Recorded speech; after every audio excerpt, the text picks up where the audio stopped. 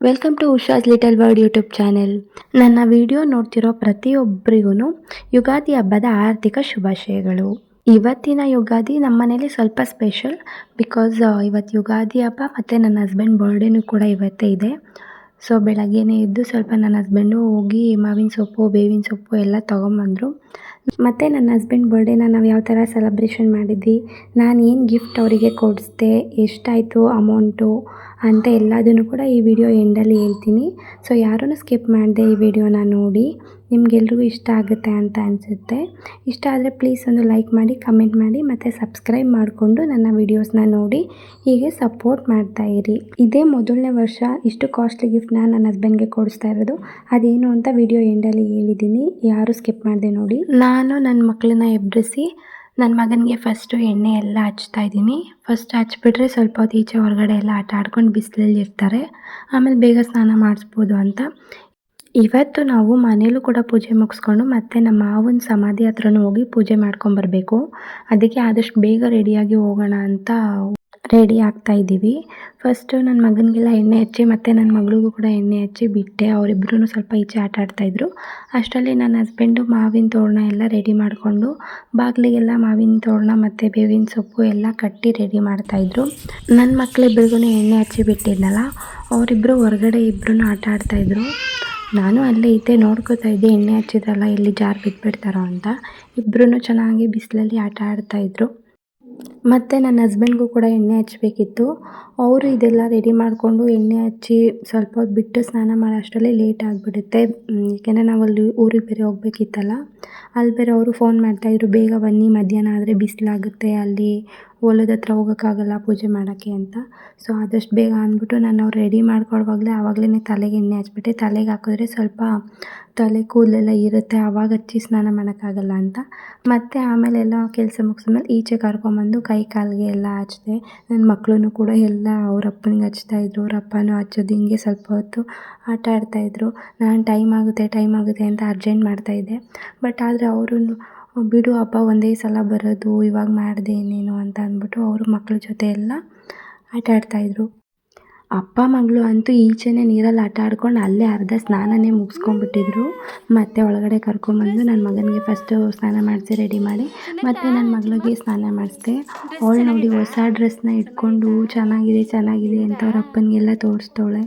ನಾವು ಚಿಕ್ಕ ವಯಸ್ಸಲ್ಲಿ ಹೊಸ ಬಟ್ಟೆ, ಹಬ್ಬ ಬಂತು ಅಂದರೆ ಹೊಸ ಬಟ್ಟೆ ಅಂತ ಎಷ್ಟು ಖುಷಿ ಪಡ್ತಾಯಿದ್ವಿ. ಆದರೆ ಇವಾಗ ಆ ಥರ ಹಬ್ಬ ಅಂತಲೇ ಅನಿಸಲ್ಲ. ಆದರೆ ಏನೋ ಮಕ್ಕಳಿರೋ ಮನೇಲಿ ಈ ಮಕ್ಕಳನ್ನ ನೋಡಿನೇ ಖುಷಿ ಪಡಬೇಕು, ಅವ್ರಿಗೆ ಹೊಸ ಬಟ್ಟೆ ಹಾಕೋದು ಇದರಲ್ಲೇ ಸ್ವಲ್ಪ ಖುಷಿ. ಅವಳಿಗೆ ಹೊಸ ಬಟ್ಟೆ ನೋಡಿ ತುಂಬ ಖುಷಿ, ಎಲ್ಲ ತೋರಿಸ್ಕೊಂಡು ಅದನ್ನೇ ಹಿಡ್ಕೊಂಡು ಕೂತಿದ್ದಾಳೆ. ನನ್ನ ನೋಡ್ಬಿಟ್ಟು ನಮ್ಮ ಚಿಕ್ಕ ವಯಸ್ಸಲ್ಲಿ ನಾವು ಹಿಂಗೆ ಮಾಡ್ತಾಯಿದ್ದೋ, ಹೊಸ ಬಟ್ಟೆ ಅಂದರೆ ಎಷ್ಟು ಖುಷಿ ಪಡ್ತಾಯಿದ್ವಿ. ಇವಾಗ ಹಬ್ಬನೇ ಬರಬೇಕು ಹೊಸ ಬಟ್ಟೆ ತೊಗೊಳಕ್ಕೆ ಅಂತ ಏನಿಲ್ಲ, ಆವಾಗ ಹಬ್ಬ ಅಂತ ಅಂದರೆ ಹೊಸ ಬಟ್ಟೆ. ಇವಾಗ ಹಂಗೇನಿಲ್ಲ, ಯಾವಾಗ ಬೇಕೋ ಅವಾಗ ತಗೋತಾರೆ. ಇವಾಗಂತೂ ಹಬ್ಬ ಅಂತಲೇ ಅನಿಸಲ್ಲ ಯಾರಿಗೂ.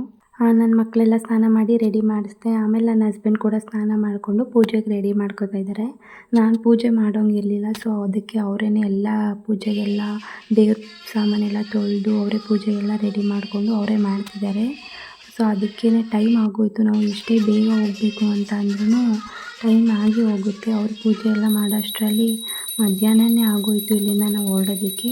ಅವರು ಪೂಜೆಗೆ ರೆಡಿ ಮಾಡ್ಕೊಳ್ಳೋ ಅಷ್ಟರಲ್ಲಿ ನಾನು ಕೂಡ ಸ್ನಾನ ಮಾಡಿ ರೆಡಿ ಆಗಿದ್ದೆ.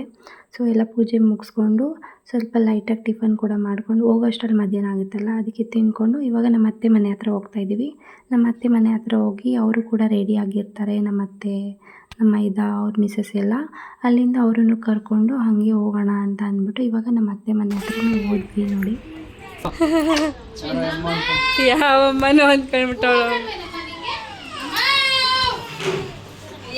ನಮ್ಮ ಅತ್ತೆ ಮನೇಲಿ ಎಲ್ಲರೂ ಪಾಪ ಬೆಳಗ್ಗೆನೇ ಬೇಗನೆ ಎದ್ದು ಪೂಜೆ ಎಲ್ಲ ಮಾಡಿ ಬೇಗನೆ ರೆಡಿಯಾಗಿದ್ದರು. ಅವ್ರು ನಮಗೋಸ್ಕರನೇ ಕಾಯ್ತಾಯಿದ್ರು. ಅವ್ರು ಟಿಫನ್ ಕೂಡ ಮಾಡ್ಕೊಂಡಿಲ್ಲ, ಅಲ್ಲೇ ಬೇಗ ಹೋಗೋಣ, ಬೇಗ ಪೂಜೆ ಮಾಡ್ಬಿಟ್ಟು ತಿನ್ನೋದು ಅಂದ್ಬಿಟ್ಟು ಅವರು ಟಿಫನ್ ಕೂಡ ಮಾಡದೆ ಪಾಪ ಕಾಯ್ತಾಯಿದ್ರು. ಏನು ಮಾಡೋದು, ನಮ್ಮ ಮನೇಲಿ ಮಕ್ಕಳಿರೋದ್ರಿಂದ ಸ್ವಲ್ಪ ಲೇಟ್ ಆಗೋಯಿತು. ಮತ್ತು ಹಂಗೆ ಹೋಗ್ತಾ ಇವ್ರು ಬೇರೆ ಟೈಮ್ ಆಗೋಗ್ಬಿಟ್ಟಿತ್ತು ಮಧ್ಯಾಹ್ನ, ಇನ್ನು ಅಲ್ಲಿ ಹೊಲದ ಹತ್ರ ಹೋಗಿ ಪೂಜೆ ಮಾಡ್ಕೊಂಡು ತಿನ್ನೋ ಅಷ್ಟು ಲೇಟ್ ಆಗುತ್ತೆ ಅಂತ. ಬಿಸಿಲು ಬೇರೆ ತುಂಬ ಇತ್ತಲ್ಲ, ಅದಕ್ಕೆ ಅಟ್ಲೀಸ್ಟ್ ಫಲೂಡ ಆದರೂ ತಿನ್ಕೊಂಡು ಹೋದರೆ ಸ್ವಲ್ಪ ಅವ್ರಿಗೂ ಸಮಾಧಾನ ಅಂದ್ಬಿಟ್ಟು ಅಲ್ಲಿಂದ ತಿಂದ್ಕೊಂಡು ಮತ್ತೆ ಡೈರೆಕ್ಟ್ ನಾವು ಹೊಲದ ಹತ್ರನೇ ಹೋದ್ವಿ. ಅಲ್ಲಿ ನಮ್ಮ ಅತ್ತೆ ಮನೆ ಹತ್ರ ಹೋಗಿ ಅಲ್ಲಿಂದ ಹೋಗೋದಕ್ಕೆ ಲೇಟ್ ಆಗುತ್ತೆ ಅಂದ್ಬಿಟ್ಟು ಅಲ್ಲೇ ಫಸ್ಟ್ ಹೊಲದ ಹತ್ರ ಹೋಗಿ ಎಲ್ಲ ಪೂಜೆ ಎಲ್ಲ ಮಾಡಿದ್ರು. ನಾನು ದೂರದಲ್ಲಿ ನಿಂತ್ಕೊಂಡು ನನಗೆ ವಿಡಿಯೋ ಎಲ್ಲ ಸ್ವಲ್ಪ ಕ್ಯಾಪ್ಚರ್ ಮಾಡಿಕೊಂಡೆ. ನಮ್ಮ ಅಜ್ಜಿದಿರು, ನಮ್ಮ ಚಿಕ್ಕತ್ತೆ ಮತ್ತು ಎಲ್ಲರೂ ಕೂಡ ಬಂದಿದ್ದರು. ಅವರೂ ಎಲ್ಲ ಫಸ್ಟೇ ಪೂಜೆ ಮಾಡಿದರು ನಾವು ಬರೋದಕ್ಕೆ ಮುಂಚೆ. ಹೊಲದ ಹತ್ರ ಕಾಯ್ತಾಯಿದ್ರು. ನಾವೂ ಹೋಗಿ ಪೂಜೆ ಎಲ್ಲ ಮುಗಿಸ್ಕೊಂಡ್ವಿ. ಇವರು ನನ್ನ ಹಸ್ಬೆಂಡ್ ಇನ್ನೊಬ್ಬರು ತಮ್ಮ, ನನ್ನ ಮೈದ ಮತ್ತು ನನ್ನ ಮೈದವ್ರ ಮಿಸ್ಸಸ್ ಇವರು. ಅದೇ ಇವಾಗ ನಮ್ಮ ಚಿಕ್ಕತ್ತೆ ಅಂತ ಹೇಳಿದ್ನಲ್ಲ, ನಮ್ಮ ಚಿಕ್ಕತ್ತೆ ಮಗ ಮತ್ತು ನಮ್ಮ ಚಿಕ್ಕತ್ತೆ ಸೊಸೆ. ಇವರು ಅಜ್ಜಿದಿರು, ನಮ್ಮ ಅತ್ತೆಯವರ ಅತ್ತೆ ಮತ್ತು ನಮ್ಮ ಅತ್ತೆಯವರ ಅಮ್ಮ ಎಲ್ಲರೂ ಬಂದಿದ್ದರು. ಎಲ್ಲರೂ ಕೂಡ ಪೂಜೆ ಮುಗಿಸ್ಕೊಂಡು ಇವತ್ತು ಹಬ್ಬ ಅಲ್ವಾ, ಸೊ ಹೆಂಗಿದ್ರು ಬಾಳೆ ಎಲೆ ಊಟ ಮಾಡೋಣ ಅಂದ್ಬಿಟ್ಟು ಬಾಳೆ ಎಲೆನೂ ಕೂಡ ಕಟ್ ಮಾಡಿಕೊಂಡು ಮನೆಗೆ ಹೊರಟ್ವಿ. ಮನೆಗೆ ಹೋಗಿದ ತಕ್ಷಣ ಪಾಪ ಫಸ್ಟು ಊಟಕ್ಕೆ ಇಟ್ಬಿಡೋಣ, ಮಧ್ಯಾಹ್ನ ಆಯ್ತಲ್ಲ ಅಂದ್ಬಿಟ್ಟು ಫಸ್ಟು ಹೋಗಿ ಊಟಕ್ಕೆಲ್ಲ ರೆಡಿ ಮಾಡಿಕೊಂಡು ಅಡುಗೆ ಎಲ್ಲ ಮಾಡಿದ್ರು. ಆದರೆ ಒಬ್ಬಟ್ಟೊಂದು ಬಿಸಿ ಬಿಸಿ ತೊಟ್ಟಬೇಕು ಅಂದ್ಬಿಟ್ಟು ಬಿಸಿ ಬಿಸಿ ಒಬ್ಬಟ್ಟು ನಮ್ಮ ಚಿಕ್ಕತ್ತೆ ತೊಟ್ಕೊಟ್ರು. ಮತ್ತು ನಾವು ಅವಾಗ ಎಲ್ರಿಗೂ ಊಟಕ್ಕೆ ಬಡಿಸಿದ್ವಿ. ಮತ್ತು ಹಾಗೆ ನಾನು ಕೂಡ ಕೂತ್ಕೊಂಡು ಊಟನೂ ಕೂಡ ಮಾಡಿಕೊಂಡೆ. ನೋಡಿ, ಊಟಕ್ಕೆ ನನ್ನ ಮೈದ ಮತ್ತು ನನ್ನ ಮೈದನ ಹೆಂಡತಿ ಊಟ ಬಡಿಸ್ತಾ ಇದ್ದಾರೆ. ನನ್ನ ಮೈದವರು ಅವ್ರಿಗೆ ಹೆಲ್ಪ್ ಮಾಡ್ತಿದ್ದಾರೆ. ಹಬ್ಬಕ್ಕೆ ಒಬ್ಬಟ್ಟು, ಹಪ್ಪಳ, ಉಪ್ಪಿನಕಾಯಿ, ಹೆಸರುಬೇಳೆ, ಕಾಳುಹುಳಿ ಎಲ್ಲ ವೆರೈಟಿನೂ ಮಾಡಿದರು. ಚೆನ್ನಾಗಿತ್ತು. ಎಲ್ಲರೂ ಕೂಡ ಚೆನ್ನಾಗಿ ಊಟ ಎಲ್ಲ ಮುಗಿಸ್ಕೊಂಡ್ವಿ. ನಮ್ಮ ಮೈದವರಂತೂ ಅವರು ನನಗೂ ತುಂಬ ಹೊಟ್ಟೆ ಹಸಿತೈತೆ, ನಾನು ಬೆಳಗ್ಗೆ ತಿಂದಿದ್ದು ಇವ್ರಿಗೆ ಕಾಯ್ತಾಯಿದ್ದೆ ಅಂದ್ಬಿಟ್ಟು ಅವರು ಬಂದು ನಮ್ಮ ಮುಂದೆನೇ ಎಲೆ ಹಾಕ್ಕೊಂಡು ಬಡಿಸು ಅಂತ ಬಂದು ಕೂತ್ಕೊಂಡ್ರು. ಬಟ್ ಆದರೆ ನಮ್ಮ ಮೈದವ್ರ ಮಿಸ್ಸಸ್ಸು ಆಮೇಲೆ ಲಾಸ್ಟಲ್ಲಿ ನಾನು ಒಬ್ಬಳೇ ತಿನ್ನಬೇಕಾ, ನಾನು ಬಡಿಸಲ್ಲ, ನನ್ನ ಜೊತೆನೇ ಕೂತ್ಕೊಂಡು ತಿನ್ನು ಅಂತ ಅಂದ್ಬಿಟ್ಟು ನೀನು ಹಂಗೆ ಕೂತ್ಕೊಂಡಿರು, ನಾನು ಬಡಿಸಲ್ಲ ಅಂತ ಅಂದ್ಬಿಟ್ಟು ಪಾಪ ಎಲ್ರಿಗೂ ಬಡಿಸಿದ್ರು. ಅವ್ರಿಗೆ ಬಡಿಸಲೇ ಇಲ್ಲ. ಆಮೇಲೆ ಅವರೂ ಕೂಡ ಎದ್ದರು. ಆಮೇಲೆ ಅವರೇ ಜೊತೆಲಿ ಇಬ್ಬರು ಕೂತ್ಕೊಂಡು ಊಟ ಮಾಡೋಣ ಬಿಡು ಅಂತ ಅಂದಿದ್ದಕ್ಕೆ ಅವರೂ ಕೂಡ ಸರಿ ಆಯಿತು ಅಂದ್ಬಿಟ್ಟು ಅವರೂ ಎಲೆ ಎತ್ಕೊಂಡು ಎದ್ದರು. ಮತ್ತು ನನ್ನ ಮಗಳಂತೂ ಅವ್ರ ಮನೆ ತುಂಬ ಓಡಾಡ್ತಾಯಿದ್ಲು. ಬರೀ ಅವಳು ಹಪ್ಪಳ ತಿಂದಿದ್ದೆ ಆಯಿತು, ಊಟನೇ ಮಾಡಿಲ್ಲ ಇವತ್ತು ಸರಿಯಾಗಿ. ಹಬ್ಬ ಬಂತು ಅಂದರೆ ಹಿಂಗೆ ಬರೀ ಕುರುಕು ತಿಂಡಿ ತಿನ್ಕೊಂಡು ಎದ್ಬಿಡ್ತಾರೆ ಮಕ್ಕಳು. ನಾವು ಕೂಡ ಎಲ್ಲ ಊಟ ಆಯಿತು, ಮುಗಿಸ್ಕೊಂಡ್ವಿ. ಮತ್ತು ಅವ್ರಿಗೂ ಕೂಡ ಊಟ ಬಡಿಸ್ಬೇಕಿತ್ತು. ನಮ್ಮ ಅತ್ತೆ ಎಲ್ಲರೂ ಕೂತ್ಕೊಂಡು ಹಂಗೆ ಅವರೂ ಊಟ ಮಾಡಿಕೊಂಡ್ರು. ಅದಾದಮೇಲೆ ಲಾಸ್ಟಲ್ಲಿ ನನ್ನ ಮೈದ ಮತ್ತು ನನ್ನ ಮೈದನ ಹೆಂಡ್ತಿಗೆ ಅವರಿಬ್ಬರೂ ಕೂರಿಸಿ ನಾನು ನನ್ನ ಹಸ್ಬೆಂಡ್ ನಾವಿಬ್ಬರೂ ಅವ್ರಿಗೆ ಬಡಿಸಿದ್ವಿ. ಅವರು ಕೂಡ ಊಟ ಮುಗಿಸ್ಕೊಂಡ್ರು. ಸಂಜೆ ಆಯಿತು, ಸ್ವಲ್ಪ ಹೊತ್ತೆಲ್ಲ ಕೂತ್ಕೊಂಡು ಮಾತಾಡಿಕೊಂಡು ಕಾಫಿ ಕುಡಿದ್ಬಿಟ್ಟು ಮತ್ತೆ ಹೊರಟ್ವಿ. ಅವರು ಪಾಪ ಇರಿ ಅಂತ ಫೋರ್ಸ್ ಮಾಡಿದ್ರು. ಬಟ್ ನಾವು ನಮ್ಮ ಹಸ್ಬೆಂಡ್ ಬರ್ಡೇ ಬೇರೆ ಇತ್ತಲ್ಲ, ಅಲ್ಲಿ ಫ್ರೆಂಡ್ಸ್ ಕಾಯ್ತಾಯಿದ್ರು, ಫೋನ್ ಮಾಡ್ತಾಯಿದ್ರು ಅಂದ್ಬಿಟ್ಟು ಸರಿ ಇನ್ನೊಂದಿನ ಬರ್ತೀವಿ ಅಂತ ನಾವು ಹೊರಟ್ವಿ. ಬರೋ ಅಷ್ಟರಲ್ಲಿ ನೈಟ್ 9 ಗಂಟೆನೇ ಆಗೋಯಿತು. ನಾವು ಇವತ್ತೇನು ಬರ್ಡೇ ಸೆಲೆಬ್ರೇಷನ್ ಮಾಡೋಕ್ಕೆ ಆಗಲಿಲ್ಲ. ಆದರೂ ನೆಕ್ಸ್ಟ್ ಡೇ ನಾವು ಬರ್ಡೇ ಮಾಡಿದ್ದು.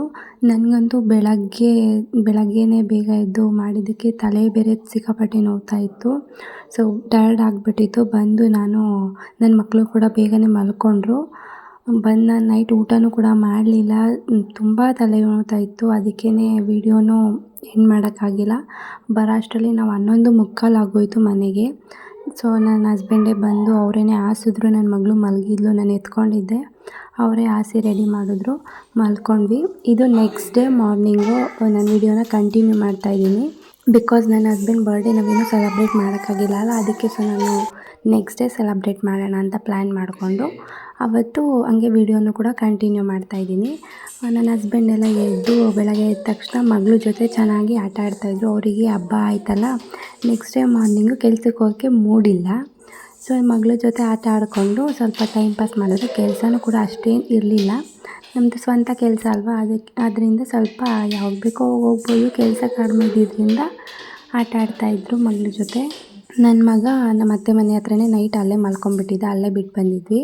ಹೆಂಗಿದ್ರು ನಾವು ಬೆಳಗ್ಗೆ ಅಲ್ಲೇ ಹೋಗ್ತೀವಲ್ಲ ಅಂತ ಅಂದ್ಬಿಟ್ಟು ಇವತ್ತು ಫ್ರೀ ಇದ್ರಲ್ಲ, ಅದಕ್ಕೆ ಮಗಳ ಜೊತೆ ಆಟ ಆಡ್ತಿದ್ದಾರೆ. ಡೈಲಿ ಪಾಪ ಕೆಲಸ ಮನೆ ಅವ್ರಿಗೂ ತುಂಬ ಸ್ಟ್ರೆಸ್ಸು. ಬೆಳಗ್ಗೆ ಹೋಗೋದು, ಮತ್ತು ಮಧ್ಯಾಹ್ನ ಊಟಕ್ಕೆ ಬಾ, ಮತ್ತು ಅರ್ಜೆಂಟು ಹೋಗ್ತಾರೆ, ಮತ್ತು ನೈಟು ಲೇಟ್ ಆಗಿಬಿಡುತ್ತೆ. ಬರೋದು, ಊಟ ಮಾಡೋದು, ಮಲ್ಕೊಳ್ಳೋದು, ಮಕ್ಳಿಗೆ ಟೈಮ್ ಕೊಡೋಕ್ಕೂ ಆಗೋಲ್ಲ.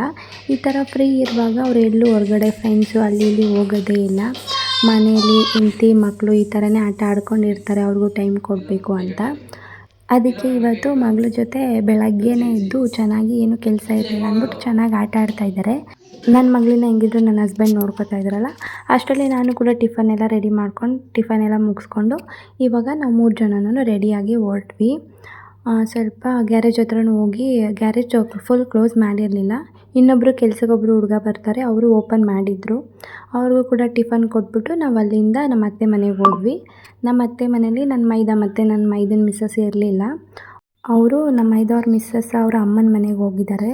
ಅವ್ರಿಗೆ ಇದು ಮದುವೆ ಆದಮೇಲೆ ಇದು ಮೊದಲನೇ ಯುಗಾದಿ ಹಬ್ಬ ಅಲ್ವಾ, ಅದಕ್ಕೆ ಅಲ್ಲೇ ಹೋಗಬೇಕಿತ್ತು. ಆದರೆ ನಾವು ನಮ್ಮ ಮಾವನ ಸಮಾಧಿಗೆ ಪೂಜೆ ಮಾಡ್ಕೊಂಬರ್ಬೇಕು ಅಂತ ನಿನ್ನೆ ಹೋಗೋಕ್ಕಾಗಿರಲಿಲ್ಲ. ಅದಕ್ಕೆ ಇವತ್ತು ಹೋಗಿ ಅಲ್ಲಿ ಅವ್ರ ತಾತಂಗೆ ಪೂಜೆ ಮಾಡ್ಕೊಂಬರ್ಬೇಕು ಅಂತ ಅವರೂ ಹೋಗಿದ್ದರು. ಇವಾಗ ನನ್ನ ಮಗನೂ ಪಾಪ ಅವನ್ನ ಮರದ ಮೇಲೆ ಹತ್ಸಿ, ಅಲ್ಲೇ ಸೀಬೆ ಮರ ಇದೆ ನಮ್ಮದು ನಮ್ಮ ಮನೆ ಹತ್ರ, ಅಲ್ಲಿ ಸೀಬೆ ಹಣ್ಣು ಕೂಡ ನನ್ನ ಮಗನೇ ಹತ್ತಿ ಎಲ್ಲ ಕಿತ್ಕೊಟ್ಟ. ಅಲ್ಲಿ ನೋಡಿ ನಮ್ಮ ಅತ್ತೆ ಸ್ವಲ್ಪ ಗಿಡ ಎಲ್ಲ ಬೆಳೆಸ್ಕೊಂಡಿದ್ದಾರೆ. ಅಲ್ಲೇ ಪಕ್ಕ ಸ್ವಲ್ಪ ನಮಗೆ ಜಾಗ ಇದೆ, ಅರ್ಧ ಸೈಟ್ ಅಷ್ಟೇ ನಾವು ಮನೆ ಕಟ್ಟಿರೋದು. ಅಲ್ಲಿ ಇನ್ನೂ ಅರ್ಧ ಸೈಟಲ್ಲಿ ಜಾಗ ಇದೆಯಲ್ಲ, ಅದಕ್ಕೆ ಮನೆ ಕಟ್ಟೋರ್ಗು ಸ್ವಲ್ಪ ಗಿಡ ಎಲ್ಲ ಹಾಕ್ಕೊಂಡಿದ್ದಾರೆ.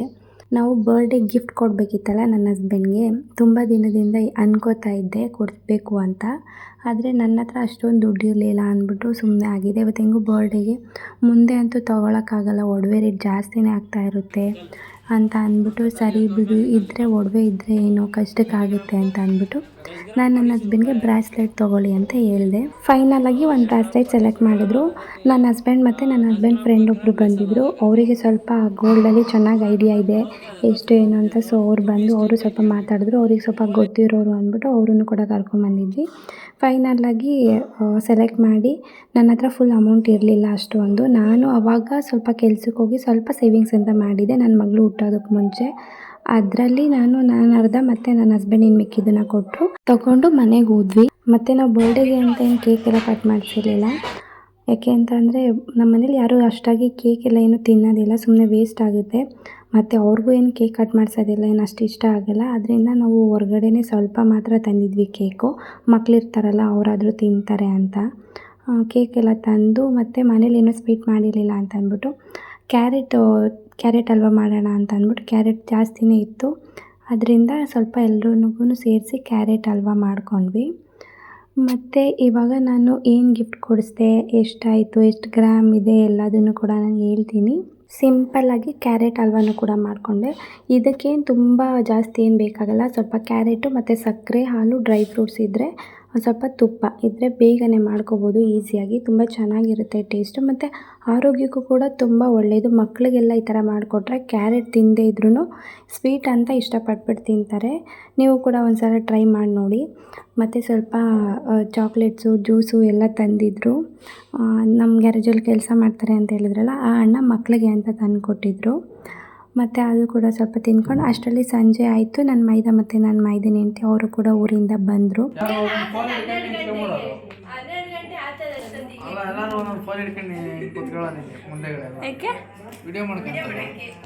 ನೀವೆಲ್ಲ ವಿಡಿಯೋ ಮಾಡ್ತೀರಾ?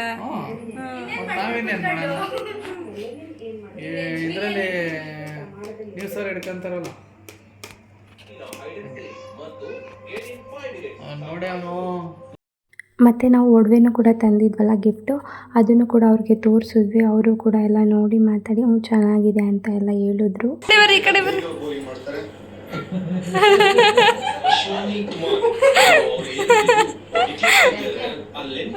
ಮಾಟಿ ಅಂತೆ ನೆಕ್ಲೆಸು.